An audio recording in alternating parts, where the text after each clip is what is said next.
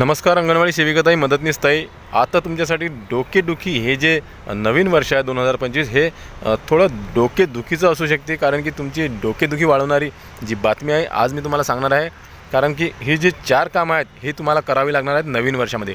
आता काय आहे ती नेमकी 4 कामं आणि कशामुळे तुमची डोकेदुखी वाढणार आहे हेच मी तुम्हाला या व्हिडिओमध्ये सांगणार आहे. आणि होऊ शकते की आणखीनही एखादं काम तुम्हाला सरकार देणार आहे आणि 5वं कामसुद्धा तुम्हाला मिळू शकते या नवीन वर्षामध्ये. म्हणजे काय एकूण काय तुम्हाला 4-5 ही कामं जी आहेत सरकारने दिलेली हे तुम्हाला या नवीन वर्षामध्ये करावी लागणार आहेत. म्हणून तुमची जे डोकेदुखी आहे ते वाढणार आहे.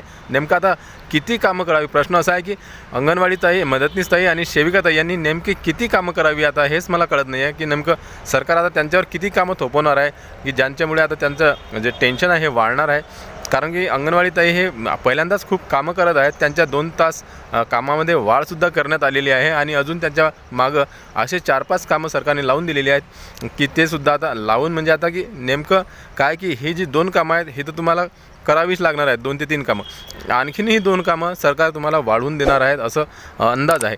तर काय कोणती कामं आहेत सर्व माहिती आपण या व्हिडिओमध्ये जाणून घेऊया. मी देवानंद गावंदे स्वागत करतो आपल्या लाडक्या व्हिडिओ चॅनलमध्ये, ज्याचं नाव आहे टेक्निकल मराठाजी.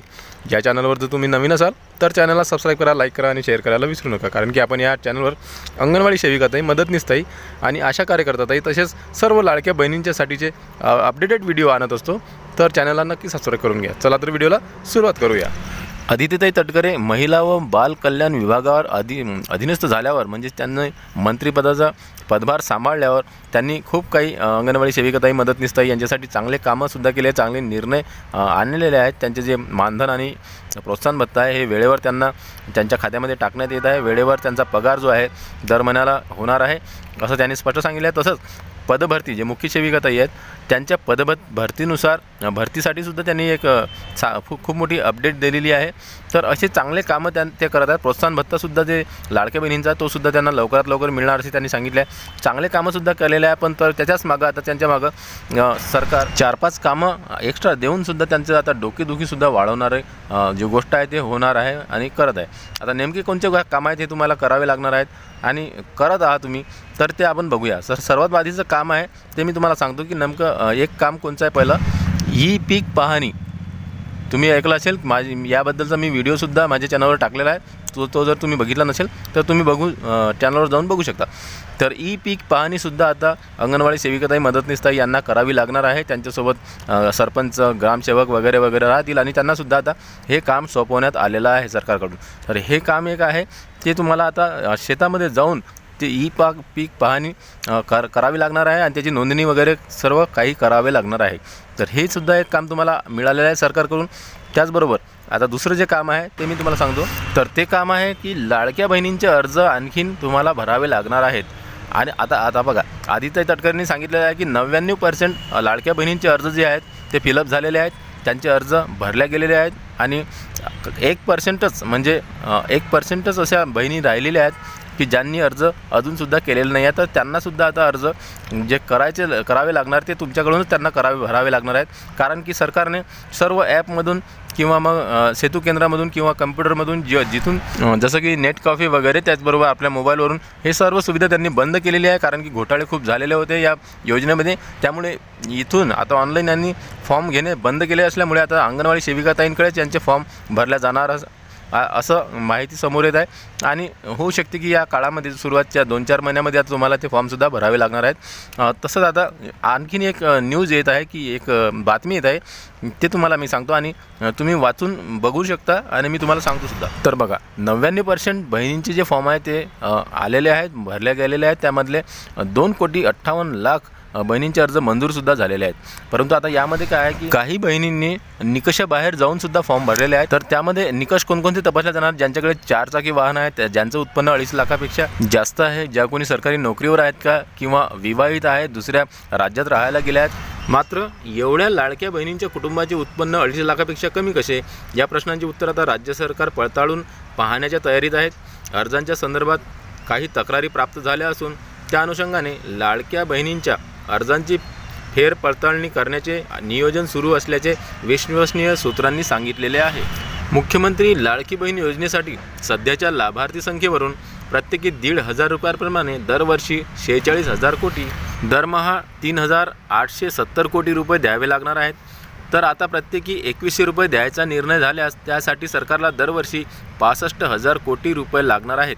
तिजोरीची सद्यस्थिती पाहता एवढा निधी उभारायचा कसा, हा मुख्य प्रश्न सरकारसमोर आहे। वित्त विभागातील अधिकाऱ्यांनीही या संदर्भात चिंता व्यक्त केलेली आहे। या पार्श्वभूमीवर लाडकी बहीण योजनेच्या लाभार्थ्यांच्या निकषांची पडताळणी होईल असे सांगितले जात आहे।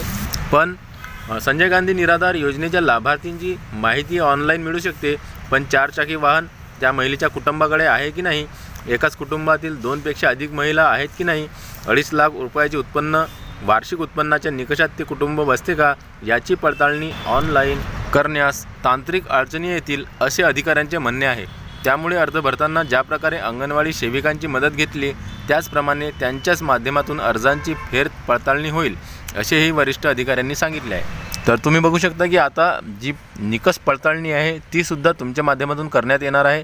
तुम्हाला घरोघरी जाऊन त्यांचे निकष पडताळणी ते करायची आहे। 2.5 लाखापेक्षा त्यांचं उत्पन्न खरंच जास्त आहे की कमी आहे हे बघायचं आहे। त्यांच्या घरी 4 चाकी वाहन आहे की नवा नाही हे सुद्धा तुम्हाला बघावे लागणार आहे। त्याचबरोबर एकाच कुटुंबातील 2 महिलांनी याचा लाभ घेतला आहे का की एकाच घेतला आहे, अशा प्रकारची जी निकष पडताळणी आहे हे तुम्हाला तिथं त्यांच्या घरोघरी जाऊन करावी लागणार आहे असं माहिती समोर येत आहे। परंतु याबद्दलचा अजूनही शासन निर्णय आलेला नाही आहे। तो शासन निर्णय आल्यावर आपल्या व्हिडिओच्या माध्यमातून तुम्हाला मी दाखवणार, सांगणार। तर अशा प्रकारे तुम्हाला हे 3 कामे मी सांगितले। एक तर ई पीक पाहणी ही तुम्हाला करावी लागणार आहे, कारण याच्याबद्दल तर शासन निर्णय आलेला सुद्धा आहे, कारण की खूप साऱ्या वृत्तपत्रांमध्ये सुद्धा ही आलेला आहे। त्याचबरोबर अर्ज भरण्याची प्रक्रिया हे सुद्धा तुम्हाला करावी लागणार आहे। तुम्ही याआधीसुद्धा तुम्ही केलेली आहे, परंतु आताही करावी लागणार असं वाटतं आहे। त्याचनंतर जे निकष पडताळणी आहे हे सुद्धा तुम्हाला घरोघरी जाऊन करावी लागणार आहे असं सांगण्यात येत आहे। परंतु या सर्वांबद्दलचा अजूनही शासन निर्णय आलेला नाही, तो आल्याला लगेच तुम्हाला कळवण्यात येईल। त्याचबरोबर आता चौथं जे काम आहे ते तुम्हाला करावं लागणार आहे ते आहे मुख्य प्रधानमंत्री मातृवंदना योजना। यामध्ये आता आरोग्य सेवेकडून ही योजना तुमच्याकडे रेफर केली जाईल। त्यामुळे तुम्हाला आता त्यांचे जे गर्भवती महिला आहेत यांची नोंदणी तुम्हाला करावी लागणार आहे। आताच याबद्दलचा GR सुद्धा आलेला आहे आणि माझ्या व्हिडिओच्या माध्यमातून मी तुम्हाला सांगितलेला सुद्धा आहे। तो तुम्ही बघितला नसेल तर चॅनलवर जाऊन तुम्ही बघू शकता। यासंबंधीचा व्हिडिओसुद्धा आपल्या चॅनलवर मी तुम्हाला टाकण्यात आलेला आहे, दाखवण्यात आलेला आहे। तर तुम्ही तिथे जाऊन तो बघू शकता। म्हणजे अशा प्रकारचे हे यावर्षी तुम्हाला 4-5 कामं हे करावी लागणार आहे। 5वं कामसुद्धा आणखीन सरकार तुम्हाला सांगू शकते। तर ही एक प्रकारची तुम्हाला डोकेदुखीच ठरणार आहे। लाडकी बहीण योजनेचे जे प्रोत्साहन भत्ता आहे तो अजूनसुद्धा मिळालेला नाही आहे अंगणवाडीताई सेविकाताई मदतनीस यांना। तसेच त्यांचं डोकेदुखी आहे, टेन्शन आहे, कारण की अजूनही किती 5-6 महिने 4-5 महिने झाले तरीही त्यांना प्रोत्साहन भत्ता मिळालेला नाही आहे 50 रुपयाप्रमाणे। परंतु आता हे कामं सरकार त्यांच्यावर लादवण्यात येत आहे सरकारकडून। तर याबद्दलसुद्धा आता तुमची डोकेदुखी वाढणार आहे। तुम्हाला काय वाटतं नक्की कमेंट करून सांगा। व्हिडिओ आवडल्यास लाईक करा। भेटूया पुन्हा नवीन एका व्हिडिओमध्ये। तोपर्यंत जय महाराष्ट्र।